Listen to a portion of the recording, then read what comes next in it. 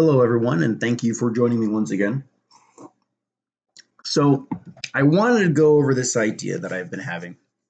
Um, it's a hypothesis. It's basically on the origin of mysticism that I call the lying resume hypothesis. So, what this hypothesis entails is the idea of where do we get mysticism, and how does that play a part in uncovering past knowledge.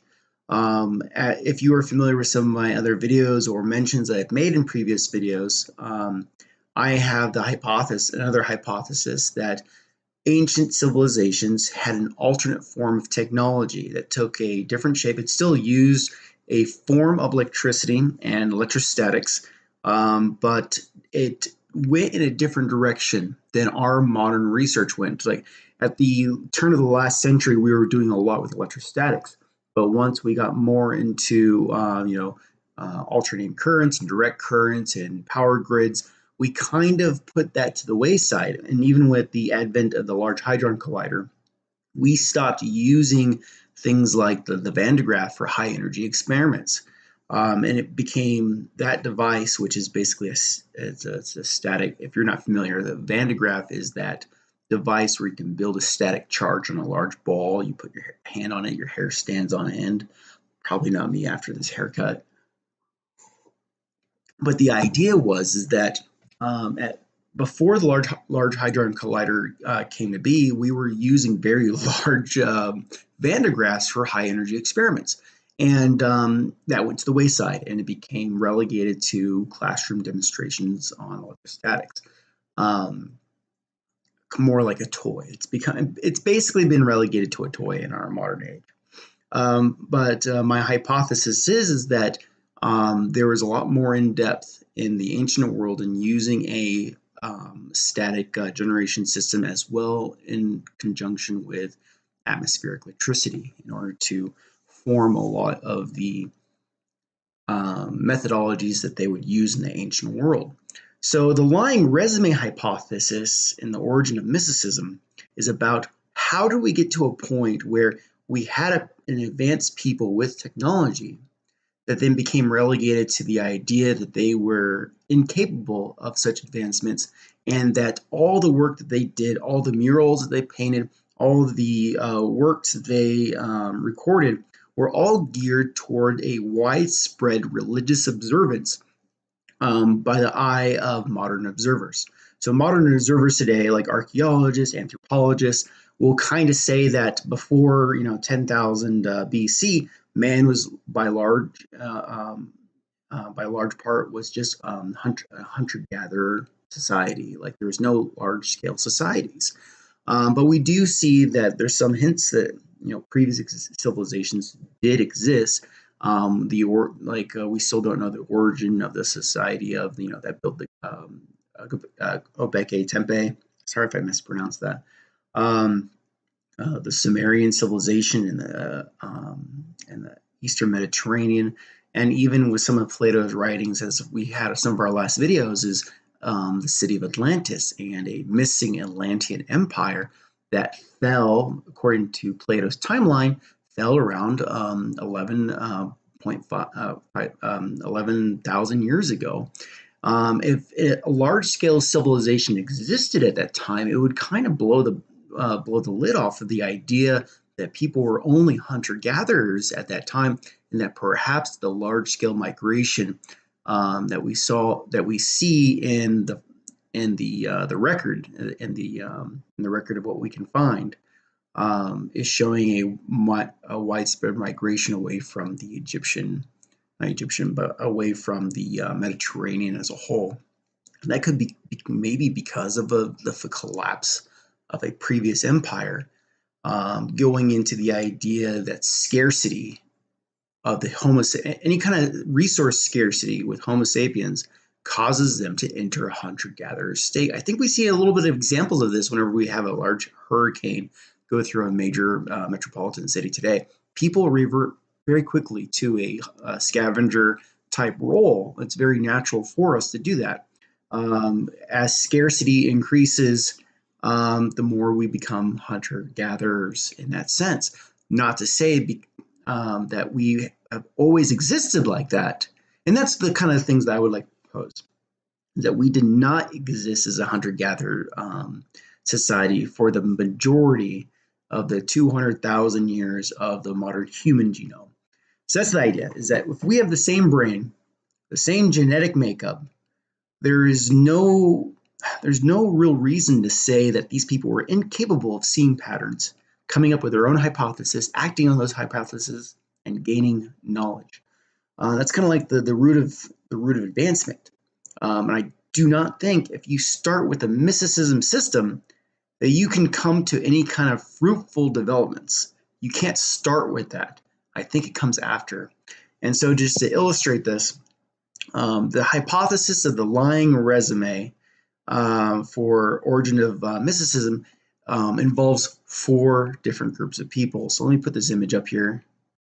So let me move my camera here. So I basically categorize 4 different people. So first we have the person I just described, the person that gains the knowledge. He, he observed something, he came up with an idea, he acted on the idea, and he gained knowledge. So the idea is that he was able to come up with a system or a set of patterns that he was able to follow. Let's say this is a farmer. Let's say this is a metal worker. It's a something, some guy that saw a pattern of how something behaves. He acts on it and he gains the knowledge of how that works. And so we have knowledge. It's, with knowledge, we build societies, we build cities, we build all kinds of different things that make up what we do naturally as humans. Like, ants, they build ant hills. Mankind develops things. They use tools, and we've probably been using them for a very long time, perhaps even to the point to our previous genetic predecessors. I really don't see how we just go, boom, here's Homo sapien that's able to have the same brain and use the same tools. And it's not, I don't think advancement of technology is strictly based on societal constructs, that it's actually ingrained, built in, because we see that in the animal kingdom. So why are we so special that we need a society in order to develop these things? Especially as you see in history of a symmetry that occurs where people come up with the same ideas independently of each other. Calculus is a very famous example of that. The alternating current motor is also a famous example, with Tesla and another gentleman in Europe developed kind of a similar patent. At the same time, Tesla's was more effective, but they basically were, they patent within a year of each other, and they weren't aware of each other's works. So things like that happened, and there was no society, like the society at the time was like, what technology people were currently working with and what the needs were at the time. And based on the needs, developed a certain, the same kind of solution. I think this is just part of what man is. They have a problem they face, they find a solution. So we have the guy develops knowledge. But what comes after? I think we see this today in our modern era, where we use our credentials to try to secure employment or work. And we come to the second guy, our dunce, our liar, our lying resume. We have someone that comes along that doesn't have all the knowledge, but wants the job. He wants the prestige. He wants the power of the person that came before. I gave the guy with knowledge a crown because I think at some point that people with knowledge were able to gain power. It's kind of like a technological escalation. If you are able to do something, especially if it has warlike capability, you're likely going to use it for yourself first. So let's say the first guy, he became a king, or he became very influential and powerful because of his knowledge. So we have a guy that wants that job. He comes around and he gives a lot of reasons for why it works, but he doesn't know. So he lies why it works to where enough people believe him. We get to the third person, or the believers, and they're kind of the ones that kind of spurn, that perpetuate, whether it perpetuates knowledge or perpetuates the lie. And the way that happens is that basically it's just human instinct. Like, we're a very social species. We share what we learn. We share what we know. How many times that maybe you've gone on YouTube, you've learned something, you've repeated it to someone else, as you try to incorporate that knowledge into your own persona or personality, you are oftentimes choosing what to repeat, and that's part of your own personal agency, your choice of the matter. But for the large part, a lot of ideas are not extremely original. But what makes them special for an individual is how much you've incorporated them into yourself to come up with ideas and then to spread those to others. So this is the difference between these two guys: someone that can originate information by going through that process of creating a hypothesis based on observed events and then acting on it to gain knowledge. He has a knowledge of that thing that he's tested. But then you have the liar that hasn't done that. He doesn't know how it works, but maybe he knows the pattern of how to get it to work, but doesn't know why it works. For example, we pull out our phones every day, we use them, but do we know how they work inside? Like, I know there's going to be a board. We're going to have a touch screen that's based on small resistances of touch that you can use as input.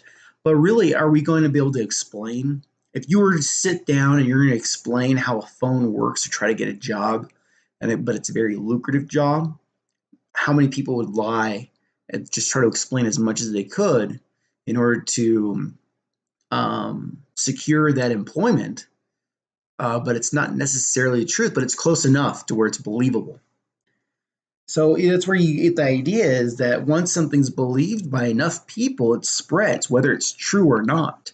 And I think we see this a lot in the modern era, especially in the political spectrum of the United States, where we see almost two worldviews being played out. And that might be a test for history for which will win out in the end. But that's what we have anciently, is basically the remnants of what's recorded by believers, what's recorded by maybe some people with knowledge and people that lie about their resumes. So we have that in the historical record. And for the modern observer looking back at this, I think most people have seen the mysticism that's come from people making up stories. They made up stories to explain things that other people knew how they worked. If people didn't know how they worked, we wouldn't have had large-scale civilizations rise up. It just wouldn't work. You can't build a system of knowledge on mysticism first. It doesn't happen. You have to start with knowledge, and then it's polluted with mysticism afterwards. So that's the thing. And so we have the lying resume hypothesis, and that's kind of the meat and potatoes of it. And so just going into a little bit more of my feelings about some of the things that we see anciently is, let's take, for example, let's get this back up here. Let's take, for example, some of these Sumerian artwork. So we have here is a few of the Sumerian gods. You have Enki, one of the more important deities in the Sumerian culture. And we call them gods. We call them by terms that we know, but what's the difference between a god anciently and someone that's very powerful because of what they're doing? Now let's take a look at this. This is they depict fish flowing from the ground to the shoulders of this character, of this person, and it's like trying to show a depiction of something flowing to him. In my personal opinion, this artwork is not about a story of mysticism, but rather a symbolic representation of a scientific principle. And that scientific principle is atmospheric electricity. What's happening here is he's standing on something that is insulated from ground. And with that, you have this idea of being able to achieve I think these things on their head are actually like a way of encouraging. If you don't know how, let me just give you a primer on how atmospheric electricity works. Atmospheric electricity has its origins with energy from the sun. You have a certain framework of the electromagnetic spectrum from the sun, usually like ultraviolet rays, that hit the atmosphere. And as you hit particles in the atmosphere, say like rising oxygen, carbon dioxide, or whatever type of nitrogen or any kind of thing that's part of our normal air. It's rising up. It's bombarded with ultraviolet light. It receives more energy. As it receives more energy, electrons become free because it's no longer needed to bond the molecule together. So as you lose an electron, that becomes a positive ion. And as the positive ion loses that electron, it becomes more susceptible to gravitational pull. So as the ion falls to Earth, it kind of starts collecting, where Earth as a mostly positive charge overall does have some negative charge, and that negative charge rises to the surface of the Earth as positive charge repels the positive charge of the Earth. So more of the negative charge comes up. And as that negative charge tries to get to the positive ions, it creates a motion where your positive ions can't ground. They can't go to they're not going to ground themselves. They're not going to, because they're being repelled by the Earth. So they stay somewhat in the air because they're repelled by the force of the Earth. So you have a gravitational force that pulls it down, but at the same time, it can't completely make that jump because of its positive repulsion. But electrons are free to move. So if you have something like a tree, a building, a tower, anything like that, electrons will actually flow up from those things to get to a higher elevation because it's the easiest path to the positive charge to complete the needs of those ions now. So, and we see that in atmospheric electricity. So roughly speaking, every 1 meter, which roughly, I don't want to try to do the metric conversion. But every meter we have about 1,000. We'll just keep it simple. 1 meter, about 100 volts per meter, right? So as you go higher, the more potential charge is available of positive ions and electrons from the ground that are trying to rise. So by building a large structure, you can actually get more of this going on. So this is what's happening. Is even the fish here are depicting direction of flow. It's not literal fish. Figurative, these are like arrows. They're arrows pointing up. And this is basically what's being depicted here. And another way they're depicting it, because also look at this, the calf. Oftentimes, especially in Egypt, the calf is associated with Hathor. Hathor also associated with the earth. And you have this mound. I assume it's some sort of insulation. Well, they're depicting the fish coming from it, so it's not insulated from the ground. It is actually just ground moved up like a hill, which makes sense because even in the Egyptian hieroglyphics, like a kind of a half dome hill or a little dome is often depicted with like a hillside or a mountain. So this is a depiction of that in some way. And we look at these other figures. We see these other figures that have these little things coming off their shoulders. And this is what I propose to you. This is an example of what we call Saint Elmo's Fire. So let me give you a little indication. Like if you're a sailor, maybe you've seen these before, but Saint Elmo's Fire, oh my gosh, the memes. Let's see here from the ship. No. I really assume that we get a really good picture of.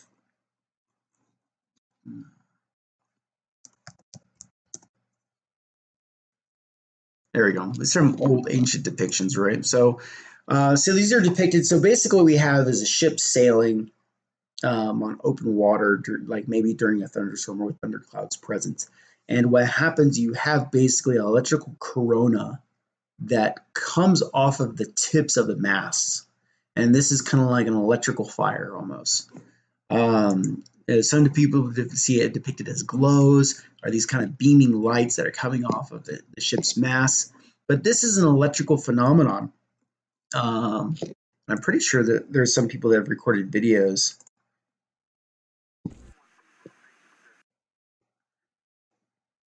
So I guess this is just discharges like coming off of the this plane itself. Let's see. Yeah, so I guess a lot of pilots are actually seeing discharges on their things today. But that's basically what it comes down to, is the idea that this depiction on these shoulders is the idea that they are gathering so much charge that they are displaying St. Elmo's fire from their bodies themselves. I've seen one video where a person walking across a beach during a thunderstorm was able to get St. Elmo's fire to come off their fingertips. So it's definitely possible. And especially when you think in terms of, what's needed for if you're doing a Van de Graaff demonstration, you already know how a lot of what things work as far as rounded surfaces. When you have a rounded surfaces, it's harder for charge to escape. But if you have a point, it's very easy. And I'm pretty sure that's what this depiction is. You have a king sitting on this throne that is insulated from ground. And I'm pretty sure the water that's being poured into this plant is some sort of negatively charged ionized water put in the plant. And this is basically their demonstration of static electricity, their old school method of doing a Van de Graaff. But this is kind of the same thing. They associate the tree in the same way that trees will interact with atmospheric electricity, is that you basically have this radiant power that comes off of it. And it's the origin of that electron flow is from the Earth itself trying to reach positive ions in the atmosphere. And I think this is what has been my hypothesis, is the ancients knew how this worked, and they depicted it many times, often here in this tiny image with snakes, and perhaps even developed weapons of war that utilized this technology. I'm not sure. We abandoned this research at the turn of the century. But it's definitely my feeling that perhaps this is what they're showing us, that they were able to develop these electrostatic fields, that they were able to, and they knew its relation. I really do think they knew its relationship with the sun. Let me show you some of the Egyptian stuff from the Temple of Hathor. Here's a very crude image of this, but basically, yeah, this is the goddess Nut. Goddess Nut represents modern scholars look back and they say this is their depiction of the sky. This goddess is the sky. I'm saying it's a symbolic gesture and an educational tool to show people of the, like here, the radiant energy is coming from the womb of Nut. The idea is that it is a life-giving power. It's something that they depend on. So this is but Nut is a representation of the atmosphere with these positive ions coming down in the same mound formation. This is the same one from the Sumerians. And I can't think of anyone doing research right now connecting shared symbolism between the Egyptians and the Sumerians. There were a lot of scholars that were doing this kind of work at 50 years ago that I've been reading up on, that were connecting Greek symbols to Egyptian symbols, but I have not seen research today connecting the Egyptian to the older Sumerian. And I'm pretty sure they had a shared culture of science. And we have the same thing with this mound. We have a depiction of Hathor, the cow. Is kind of a cow type being, a representation of the earth. And here you can kind of make it out are these kind of same depiction of this fire that's standing on top of the hill, which I would propose is another depiction of the St. Elmos Fire phenomenon. This is they're teaching with all these hieroglyphs. This is not about a widespread religious observance of why they built all these temples, why they built all these murals. If we were to look at anything that we build today that's in any way similar to this kind of construction or method of plastering everything with what we see, if we see that at schools, we go to an elementary school, the whole wall is plastered with educational tools to kind of get into the minds of people. And at the same time, we go to university, we have the same things plastered across different classrooms, depending on the professor's methodologies of educating the class. But this is what I think these temples were. They were not for just strictly religious observance. Maybe they became those later on because of the lying resume hypothesis, but at one time were meant for teaching real world applications as if a university setting. And they likely taught at one point at the height of the Bronze Age, likely was a widespread knowledge throughout that whole region. And maybe the last that we saw of that technology was about the fall of the Bronze Age, maybe a little bit into the cultures of the early um, kingdoms of Judea that eventually likely lost that after being captured by Babylon. But that's the gist of it. Is that we may be sitting on the idea that we've been looking at these images in the wrong light because someone observing a liar anciently described them as simple mysticism with no other merit beyond that, but actually it may have been teaching tools of technology that we have not yet explored. So that's for your consideration, and I hope I've made the case, and I hope you have a great day.